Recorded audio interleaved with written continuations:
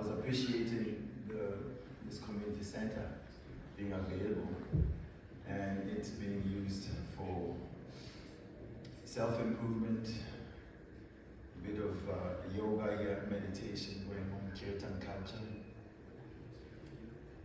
Such spaces I feel most comfortable when I meet people who are trying to improve themselves, especially trying to look within and take the path less traveled. As Nanda mentioned, I'm from Johannesburg, South Africa. I began my journey really as a teenager, listening to Bob Marley, getting high, and trying to emancipate ourselves from mental slavery, graduating to studying the world, hearing from legends like David Icke, understanding who's running this global empire, looking at things in Scientology, biblical knowledge coming from the Rastas, and hearing from our elders like Dr. Credo Mutwa, African indigenous spirituality, basically trying to solve the puzzle of how will I be happy? Because I'm looking at those that are older than me, like my parents. They're not getting up in the morning jumping for joy. And this is my destiny. I'll finish primary, go to high school. After high school, maybe I'll be happy I go to uni. I find that it's still hectic. And right outside our lecture hall, you can see the freeway, chock-a-block with traffic. And this is the future I should be excited about. I didn't like this version. So by good fortune, I saw a poster on Bhakti Yoga on campus. And they had a topic, a cure for all diseases, which a group of friends and I thought these guys are either getting high or they are on to something. Because a cure for all diseases, how have they discovered such a thing? Anyway, we were interested, the word yoga was there, this is early 2000. So we were not really quite sure yoga what it is. We went there and at that point we saw monks dressed as I am. And because they look different, we just ran to them, asking them, so what you guys up to? You look like you know something that all of us don't know. And he mentioned that they were running the Bhakti Yoga session on campus. So this was at the Arts Campus, and Arts Campus, they had the Tree of Life. That's where everyone went for their herbal supplements. So first we went there just to charge up, and then we went to the session. At the session, mind you, at that time, I'm a black consciousness man, you know, we're trying to fight the power in South Africa, apartheid, messed up our lives. And then there's an Afrikaans guy, a tall guy, white guy. And we're thinking, oh no, white dude, what's he gonna tell us? And very gentle, smile hanging on him, you know, just threw us off for a big Afrikaans guy. And he spoke how we are not this body, how we're not the mind, but that we are the spark of consciousness within, that we're the soul. And for some reason, it just was a light bulb moment for me. Because for the first time I could understand that, yes, I've always seen myself as a part of the human family, if not at all the family of all living beings.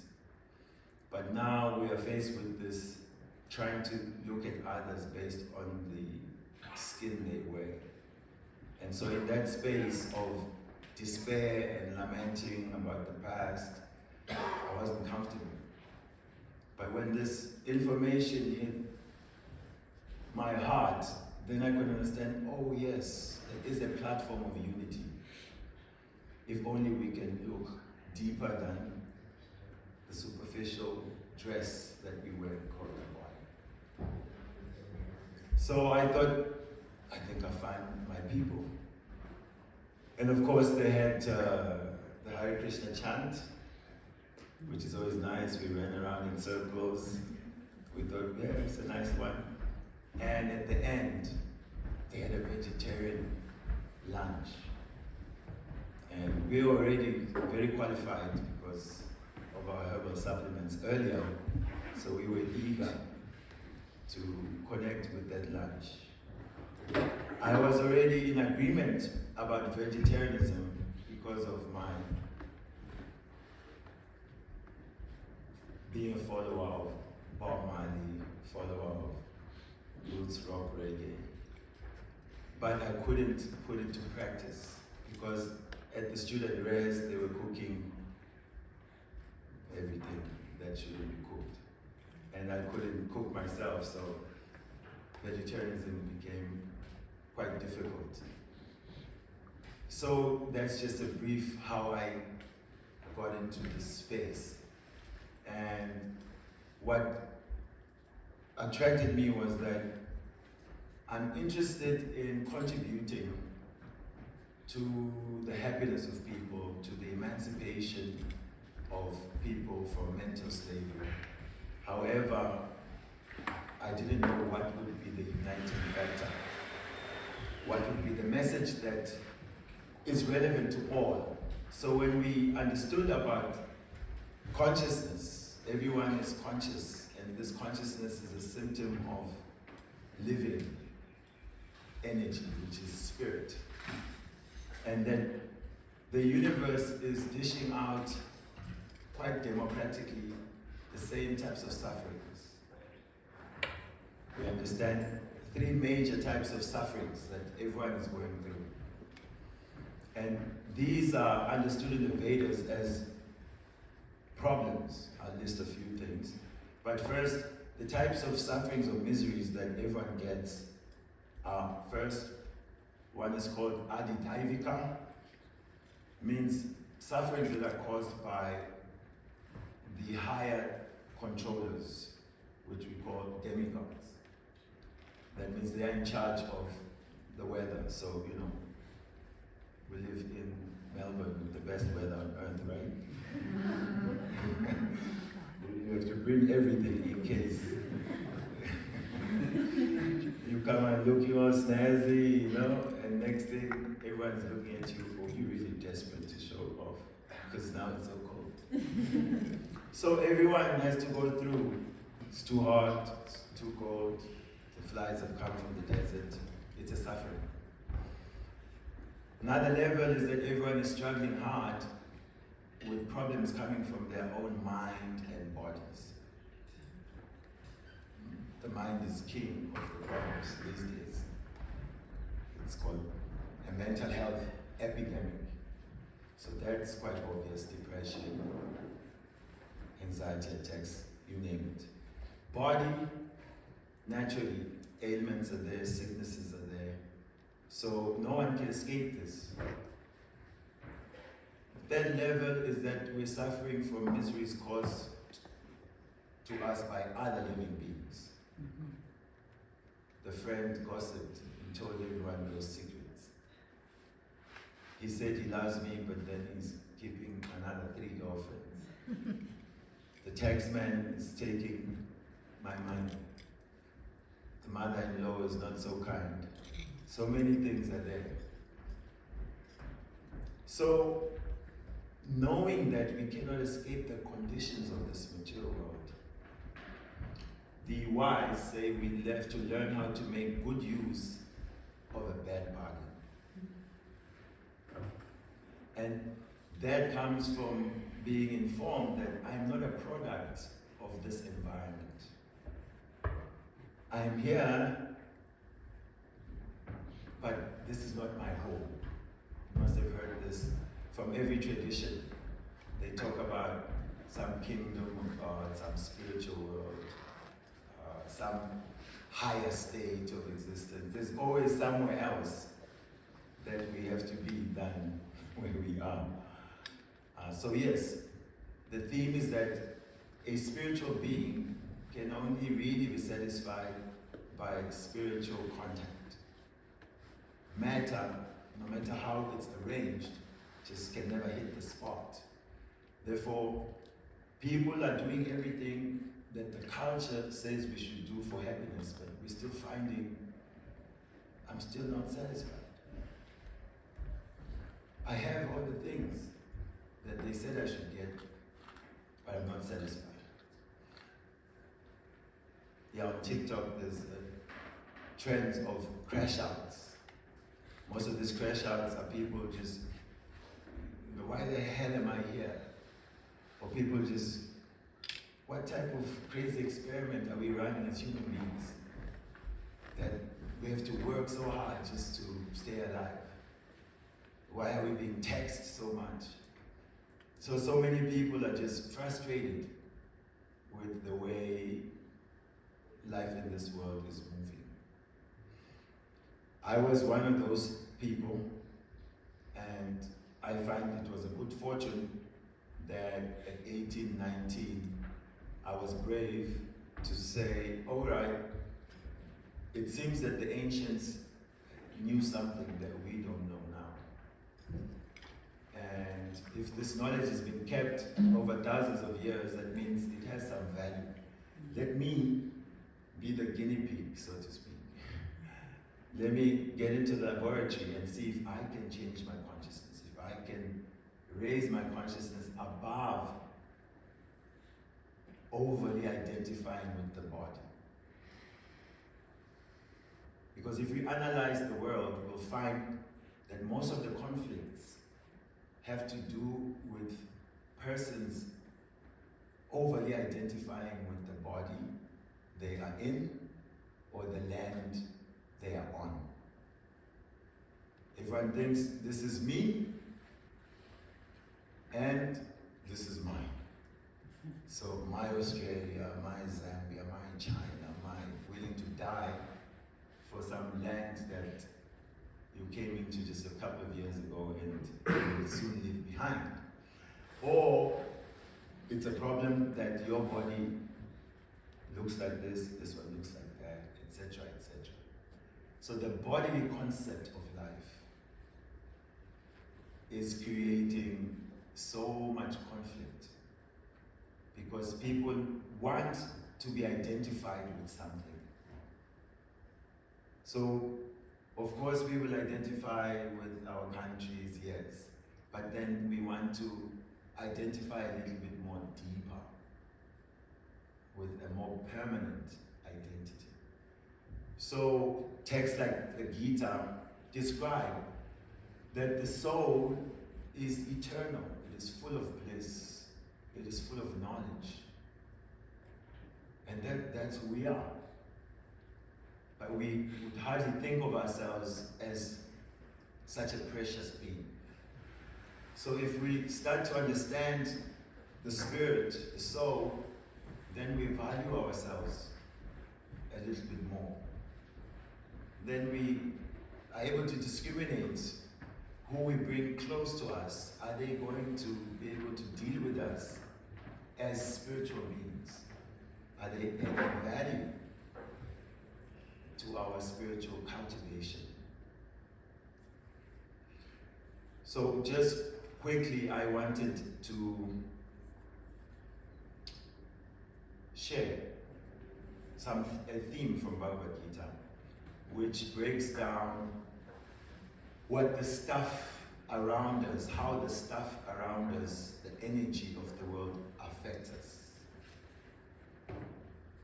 You think it's a good idea? We try to understand what's happening with the stuff around us. So, material energy is divided in the Gita into three modalities, or three influences. All of us are susceptible to the influence of the energy around us in three major ways. The first way is it impacts us what's known as ignorance. It impacts us in the mode known as passion. Yeah, I was going to take you to the Sanskrit, but you all in that space. So yes, ignorance is called tama. And then passion is known as raja, and goodness is known as sattva. So in Bhakti Yoga, we are learning how to manage our desires. And how we want to manage our desires is also understanding them in relation to how the stuff around us affects our desires. Basically, desire is the one thing we can truly own. It doesn't mean that all we desire becomes fulfilled, but the soul is able to desire. So we can look at it in terms of, say, different political systems that control people. So we can liken the mode of ignorance, which keeps one in laziness and ignorance, causes suffering, to, say, a state of politics like anarchy. When there's anarchy, then all the citizens want to fulfill their desire however and whenever. There's lawlessness, chaos. So when ignorance, the mode of ignorance or nature is affecting us in that way, then our desires are in a state of anarchy. You're just groping in the dark, trying to try this and that and the other to find your way. So we want to reduce, of course, ignorance in our lives, because anarchy is not a cool state of existence. If we go a little higher, then when one is impacted by this raja or passion, that could be like if we live in a tyrannical state. Which states are, by propaganda or not, are said to be tyrannical states? Don't worry, yeah, you can say. Because I've learned that raja doesn't mean passion, it means great. There's raja could also mean king. Yeah. So Sanskrit, this is Raja Guna, it's describing the mode, passion. So many meanings from that root word, yeah. So anyway, tyranny. Any of you would like to live under a tyrannical state? Are you sure you're not ready? I heard Melbourne disappointed me. We've been well found. Huh? We've been well found. Well, well found, yes. Like in the Matrix. We had such great times, Swanston Street, everywhere, chatting, dancing. I was shocked that the lockdown became the most fanatic here. Like, what happened to happy-go-lucky Australia, you know? Anyway, some tyranny can be there, where it just... So in our own system, when there is a particular desire that dominates all others, takes over, you cannot do any other thing successfully because, you know, either you are this maniac or you're that maniac. There's a particular desire. We can give an example of when somehow some substance is dominant, our system wants it, like the drug addicted person, sex addicted person. So addictions. Initially those desires are giving pleasure. That's the mode of passion, is that it gives pleasure now, but brings misery later. Ignorance means it's miserable from beginning to end. But because you are miserable, you are in the dark, you think you are enjoying. Like the pig. The pig, he's in his sty, he is eating stool, he's having a great time. But the human is looking and thinking, oh. If you bring him a cake, he may think, hey, I have better stuff here. Keep your cheesecake. Or at the clubs, we used to see this. Somebody took way too many shots, they're now on the floor, the dance floor, it's like rolling around. But you can see on their face, like they are really having a time. But others are just, ooh. They can see this is now like ignorance, this is bad, it's not a good look. So there's happiness also in ignorance, but it's a quality which makes one ridiculous, and it's harmful for them and for others. In passion, there's happiness because we are getting pleasure immediately. That's the instant fix culture. It's just like, take it straight into the vein. And just go for it. And tomorrow, then we're chasing the dragon our whole life. So desires also can then take over our lives. When first they propose pleasure, but then that pleasure is one side of the coin is heads, the other is tails. You can't separate. What you think you are enjoying, you have to pay the bill. And generally the bill is a bit of some suffering. So higher up, if we are able to live in goodness, sattva, that would be like a state where things are arranged based on, say, meritocracy. Those who are qualified to do things, they're given the opportunities. And so there's a nice hierarchy based on aptitudes.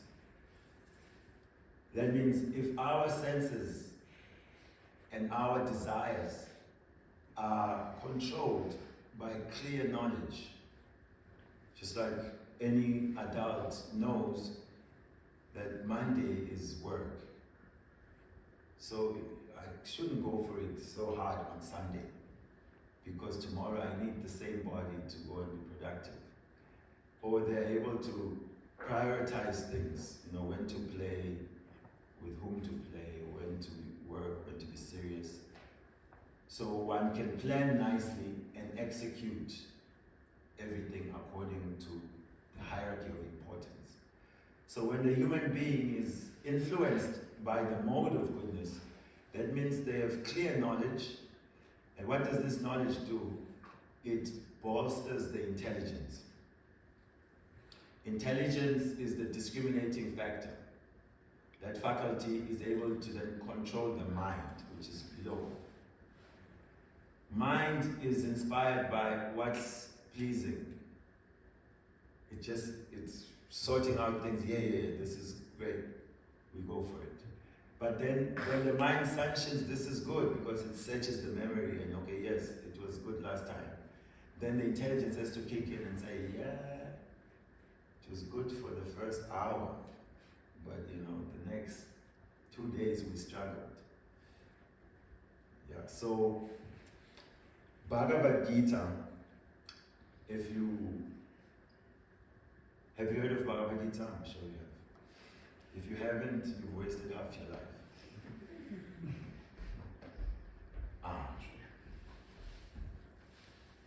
So this is a jewel of human wisdom.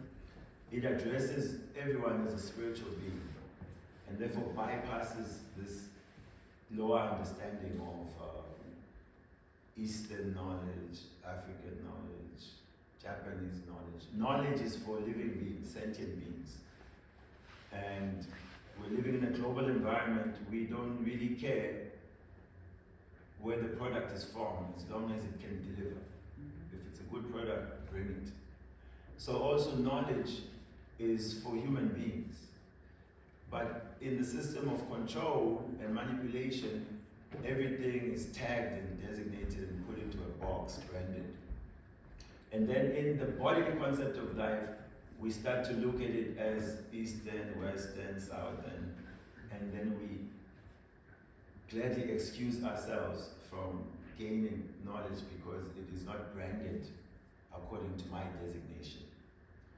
Whereas nobody complains when we're given a Mercedes-Benz. Oh, this is German. No, I'm Australian. pizza is whatever Italian. I don't eat pizza. No. Tastes good, we don't care. Actually, is it really from Italy or it's from South Korea? So similarly, we say that to say that this Bhagavad Gita wisdom is the property of human beings. And it is quite clear, broad knowledge. And so in this same book, what I was discussing is explained there. Indriyani paranahu, indriyavya paramana, manasastu parabudhi, yobudhi paratastu sa. It's in Sanskrit. And that was the verse describing the hierarchy of a human being, the makeup of a human being. First is the senses, the body. Higher than the senses is the mind. Higher than the mind is the intelligence.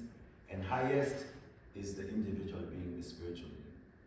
So when we get wisdom here, we are getting the realizations and the understandings of someone who makes, say, the cell phone, which most of us buy, and so many features of it that we paid for, we don't even know how to use them. So if you think, I paid good money for this, then let me go to Apple and download the manual and learn all the features. Then you get more value from the phone. So if you understand more about what is this machine of the body, the hardware, what is the software in terms of the mind, the intelligence, what is the identity? Okay, there's false ego, there's real ego. What is the actual spiritual being? And then, how is this body being affected by the stuff of material nature? All of that is described here. How is time affecting us? What are the results of actions? And who set the whole thing in motion? Who's the controller of matter and spirit? And especially, it points us in the direction where most of our suffering is coming from. At least the realm of relationships, the realm of love. Because we definitely are thirsty for love. If I asked here, is anyone opposed to love?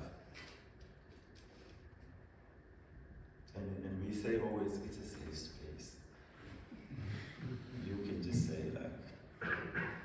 So we may have had our disappointments in areas of love, but Krishna immediately says here that what we are calling love, the sense of love, of the Supreme, the eternal principle of love, when we accept this material body or come into the material world, then that sense of love, in touch with the mode of passion, Rajagun, transforms into lust. Lust means how to please my senses, how to gratify my senses. So then it already becomes a business transaction. You scratch my back, I scratch yours. You scratch too hard, I cancel the contract. So all our makeup and what we are facing is discussed. That was my plug on Bhagavad Gita. If you read the book, then you are able to optimize on being a human being. Without knowing how to work the machine and understand the environment within, the influences upon us, then we are like my mother, who has the latest iPhone and still has to ask me, it's just the simplest of things to do on it. So she has the machine, but she doesn't know how to optimally use it. Ultimately, in the Bhagavad Gita, it is said, the human form is the platform upon which one can transcend all of this imprisoned life, duality, where one can awaken their divine nature and reconnect to divine love, where we can love with all our hearts and be loved completely. Now we are hurt and now we are jaded. Now we kind of have like, yeah, I'm in love, yeah. We don't fully invest our hearts because before our hearts are broken, yeah, there.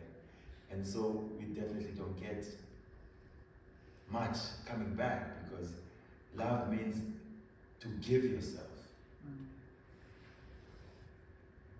To give yourself fully, without expecting anything in return.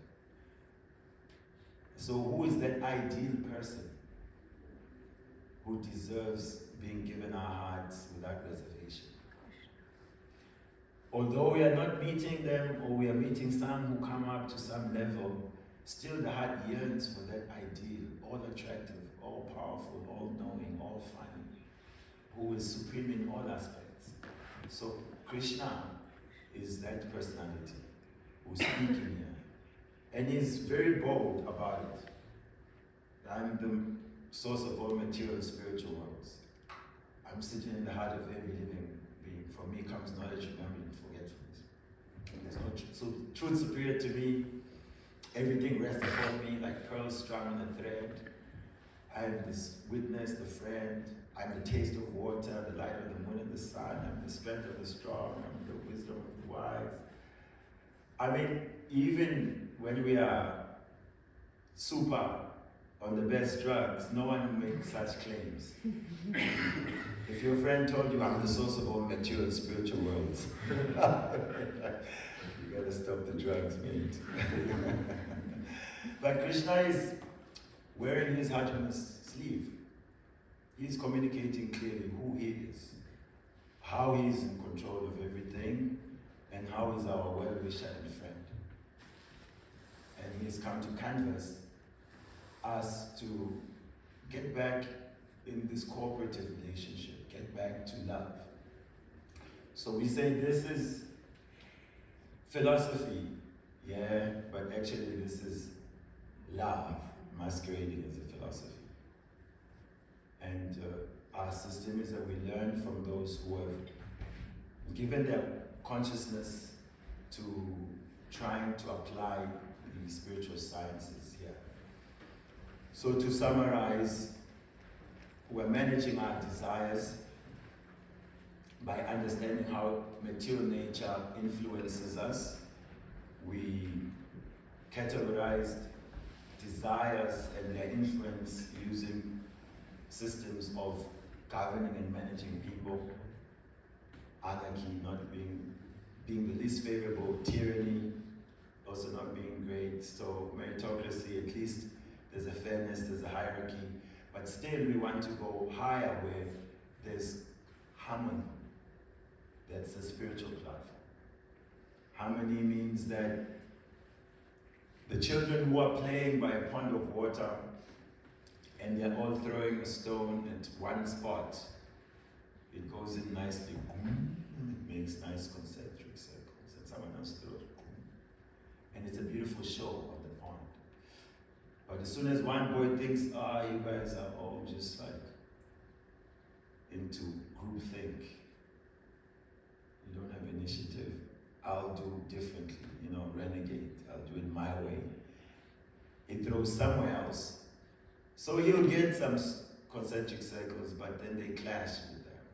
And if everyone says, okay, then I'll also do my thing, then there's no more harmony. But if they all throw at the same spot, then from that same spot, there is harmony and there's beauty. So that harmony, just as we said we're all spiritual beings, then there is the supreme spiritual source of everything. That is whom we have to discover. Being an unlimited being, unlimited names are the different forms of that divine person. But when we understand that although he is one, he morphs into many, then we don't find that there is contradiction. Instead, we find the variety simply creates more beauty. Like your vase of flowers has many flowers, many colors, then that bouquet looks even more beautiful.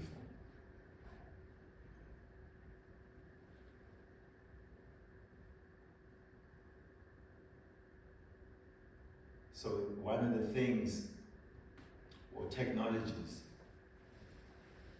that expedites this reaching a point of harmony is this mantra meditation, this injecting spiritual sound into our systems. So what we are doing, we are creating the environment of our origin. We hear of the spiritual world. So here we're in the material world. So how do we experience the original vibration of Om? These mantras, they bring in that vibration. And sometimes even though our minds don't understand the language of this mantra, or our minds are freaking out, am I joining a cult? What type of religion is this? My mother warned me, this is New Age, oh no. What will my aunt think if they saw me here? So many fears are going on. However, we've not been trained to be so fearful of Jack Daniel, cigarettes, all sorts of other vices. They actually advertise on huge billboards, like alcohol, like it will save the world. Don't miss out on the cure for cancer. But when it comes to a living being trying to unplug from this matrix of control and suppression of divine desire, everyone is quite afraid.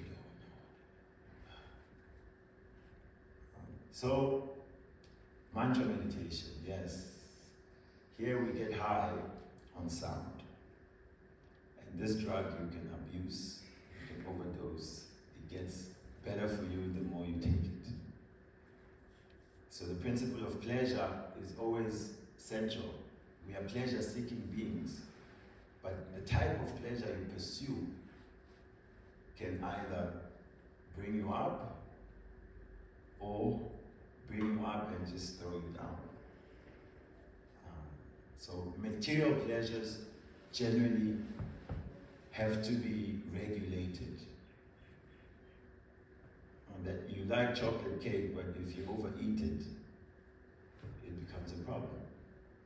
Anything, think of it, that you like materially. If you don't take it in good proportion, it tends against you. But the spiritual sound, the more you take it, the more you are free. The more you're free, the more you can value yourself as a spiritual being. So thank you for giving an ear. I'd like to invite any thoughts, any questions, any comments. If there are any, please feel free. Yes, sir.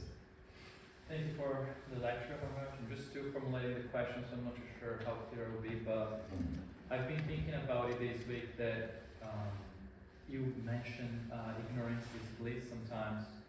And I was thinking about it because sometimes I struggle, or often I struggle with my sadhana, with my practices. So for those who have already made a vow of chanting a few rounds of mantra meditation on Japamala, or read a few pages or a chapter of the Bhagavad Gita or any other book, I face myself with this self-perfectionist kind of thing, and sometimes I feel like I'm not happy because I cannot meet whatever I thought I could do. So for example, today I couldn't finish a meditation. Today I couldn't read as many pages as I thought I would. And then around me sometimes I see people that are not on a spiritual platform, or not even trying, and they seem to be happier. So I would like just to hear your opinion, your thoughts on how can we have goals, have spiritual desires, and trying to keep up with a daily routine of healthy spiritual habits, but also without being trapped in these self-destructive thoughts when we cannot meet whatever we assumed we could do. Thank you. Beautiful question. I see many nods. quite relevant to most of us. I just can't shake the initial thought. Bob Marley saying, every man thinks his burden is the heaviest. That we tend to think, yes, my problems are the worst, my burdens are the heaviest. But when we start to communicate those problems or those challenges, like you voiced this question, it may echo in many people's hearts. Yeah, I also go through that thing. It's like, okay, I'm not the only one going through this. Having goals is important in as far as becoming motivated in a direction. So the principle of setting goals and trying to achieve them is valid both materially and spiritually. However, for spiritual goals, even the endeavor or the thought to reach such goals is valuable.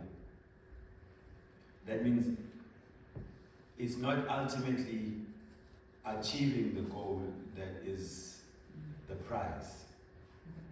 Just that you are orienting towards a divine goal is already a win.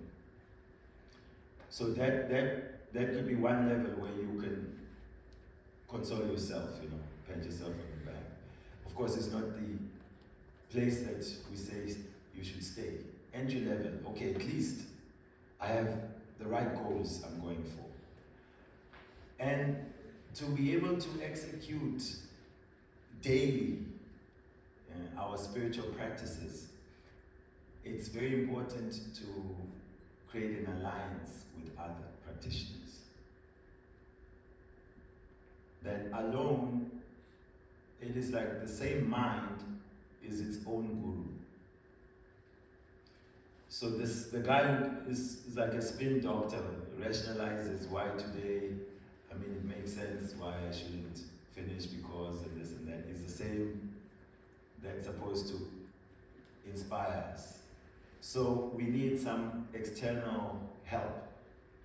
So mentorship, that's why you hear about accepting a guru, some accountability partner. We also need healthy competition. It's the same principles materially in that the incentives are there for hitting the targets. And if you don't hit your targets, then there's also repercussions. If we can push ourselves for financial goals and meeting deadlines at work and this, that tells us the potential for reaching our goals is there. We are all capable of achieving our goals. But now, alone, we may not have the strength. So we get others on board to help us in this practice. Feeling bad that you could not finish or do your exercises.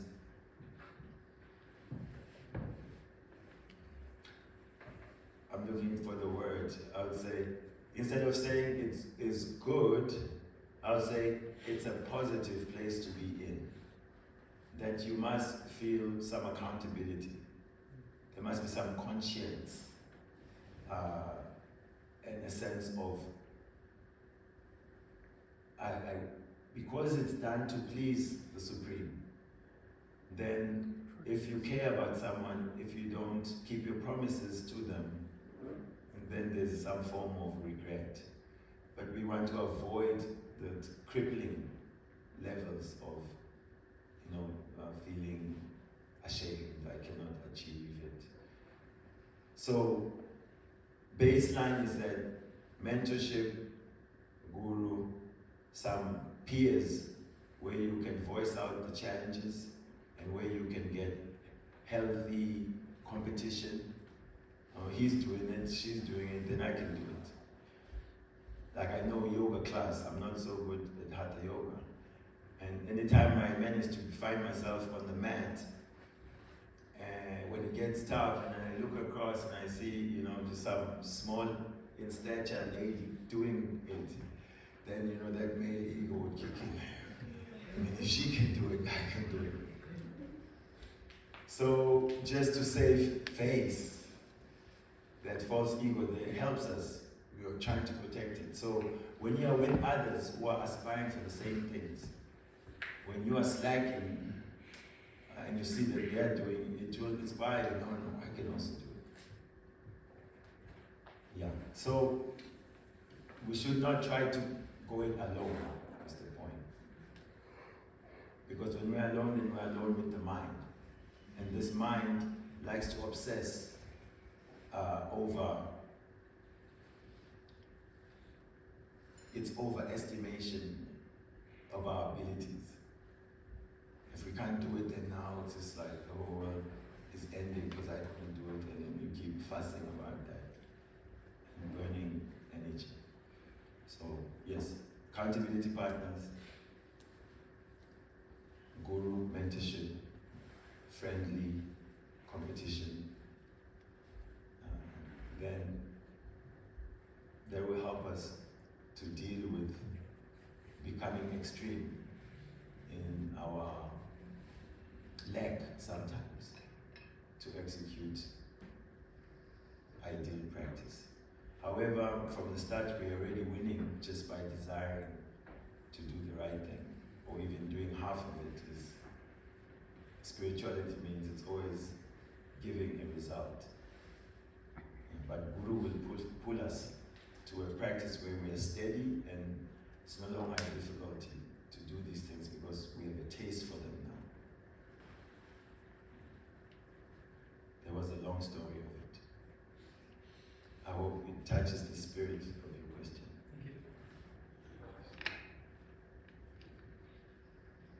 Thank you. Okay, everybody please take a deep breath in. And out.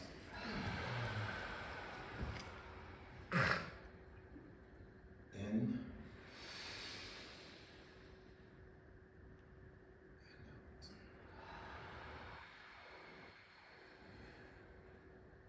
One more.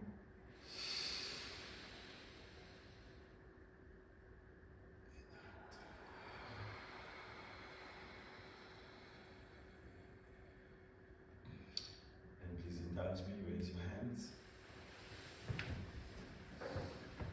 And as if you are alone in the shower, repeat after me. Hare Krishna! Hare Krishna! Hare Krishna! Hare Krishna! Krishna Krishna! Krishna Krishna! Hare Hare! Hare Hare! Hare Rama! Hare Rama! Hare Rama! Hare Rama! Hare Hare! Hare Hare! Thank you very much. We wish you all the very best, and may this tribe that you're finding here walk with you a great distance. We need friends, we need allies. Thank you. Hare Krishna. Hare Krishna.